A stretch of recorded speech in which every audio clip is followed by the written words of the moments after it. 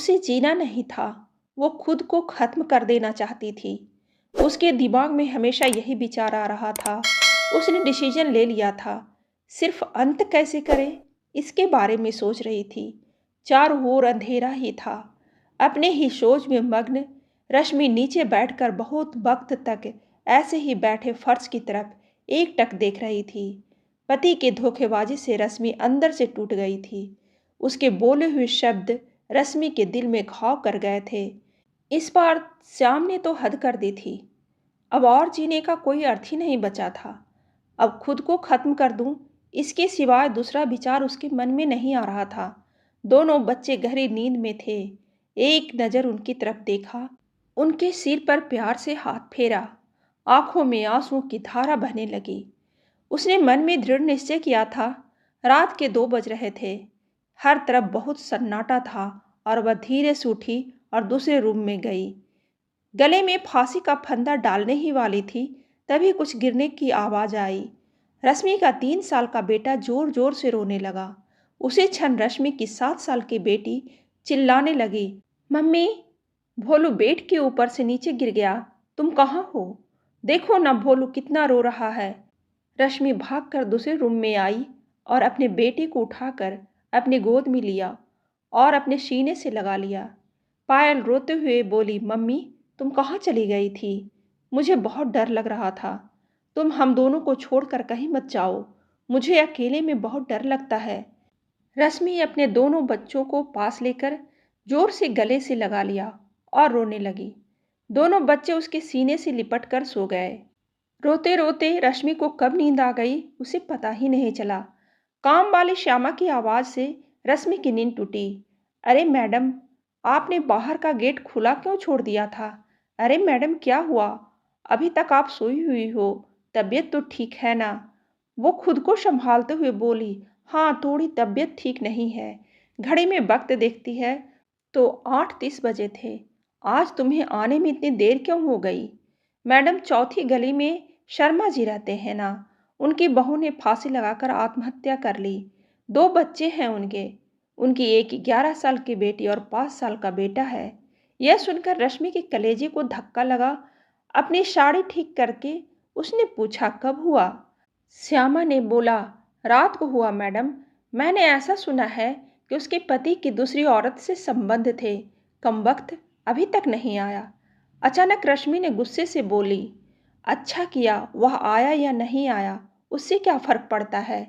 अब वह थोड़ी ना देखने वाली है। ये सुनकर श्यामा रश्मि के कान के पास आई और धीरे से बोली, मैडम, मैं अनपढ़ गंवार हूँ और घर घर में जाकर झाड़ू पोछा करके मेरा पेट भरती हूँ और आप पढ़े लिखे हुए लोग हैं। भले ही मैं आपसे उम्र में बड़ी हूँ, जीवन का अनुभव आपसे थोड़ा ज़्यादा है।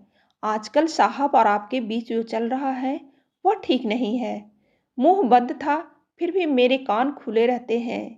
मैं एक औरत हूँ और औरत के दुख में भी समझती हूँ। इसलिए मुझे आपको एक बात बतानी है।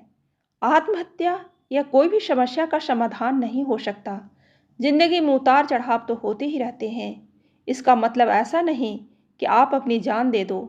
मैडम जी, कभी कभी आदमी अपना रास्ता भटक जाता है, पर अंत में घूमकर अपने ही घर वापस आता है। और जब नहीं आए तो भी क्या फर्क पड़ता है? आप किसके लिए मरना चाहती हो? जो आपको प्यार नहीं करता, जिसको आपकी थोड़ी सी भी परवाह नहीं हो?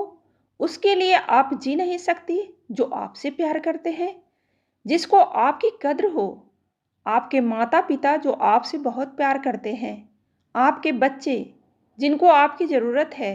श्यामा का बोलना सुनकर रश्मि की आंखों में से आंसू की धारा बहने लगी। रश्मि श्यामा को गले लगाकर रोने लगी।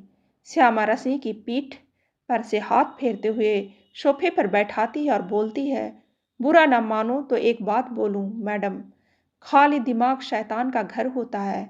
आप घर में बैठकर फालतू बातों को सोचते हो।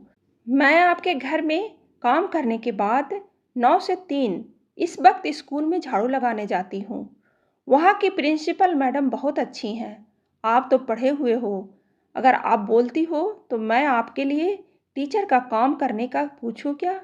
आपका वक्त भी निकल जाएगा और मन भी लग जाएगा। इस पर रश्मि चुप बैठी थी। कोई भी जवाब न मिलने पर श्यामा बोली, मैं आपके लिए चाय लेकर आती हूँ। और श्यामा काम करने लग जाती है। काम निपटा कर बोलती है, मैडम जी मैं जाती हूँ। उतने में रश्मि उससे बोलती है, रुको श्यामा, तुम स्कूल में मेरे लिए पूछना, यदि संभव हो तो प्रिंसिपल मैडम का नंबर मुझे ला कर दो। श्यामा के चेहरे पर खुशी का भाव दिखा।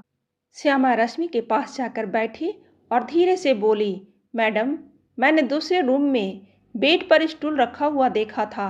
ऐसा आप कभी भी मत करना, यह आपका घर है। इसे बचाने को आपसे जो हो सके वह कीजिए। बिना लड़े आपने हार मान ली।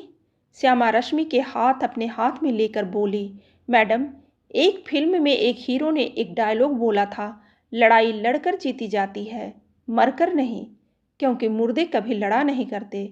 श्यामा हाथ नचाते हुए ऐसे बोलने लगी। यह देखकर रश्मि को बहुत हंसना आया।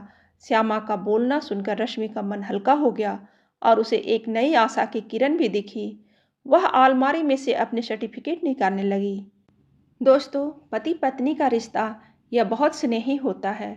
भगवान को यही दुआ करती हूँ कि कोई भी पति पत्नी के जीवन में ऐसा कोई मोड़ नहीं आना चाहिए। अगर आया भी तो आत्महत्या ये इसका इलाज नहीं है। जीवन में कोई भी समस्या का आत्महत्या या समाधान हो ही नहीं सकता।